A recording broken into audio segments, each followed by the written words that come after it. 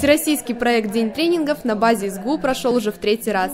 15 площадок открыли свои двери для всех желающих. А для молодых тренеров это была отличная возможность заявить о себе и поделиться своим опытом. Я пиарщик, моя основная сфера деятельности – общение с людьми. И невербальная коммуникация – это вот одно из главных моментов, которое необходимо для эффективного общения.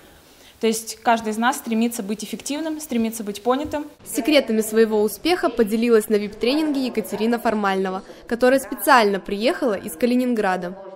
День тренингов, в принципе, такое достаточно актуальное и востребованное мероприятие, оно отвечает спросу. То есть у рынка, у людей, у студентов есть спрос на дополнительное образование. Этот спрос обусловлен требованием работодателей. То есть для того, чтобы студент был не только фундаментально подкован в науке, но и умел разговаривать.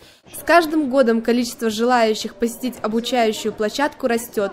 В этот раз их было настолько много, что уже за несколько дней до тренингов онлайн-регистрацию закрыли. Свободных мест не осталось. Не всегда в жизни есть возможность заняться саморазвитием, да, то есть, не все этим занимаются, и чаще для этого нужен какой-то определенный толчок.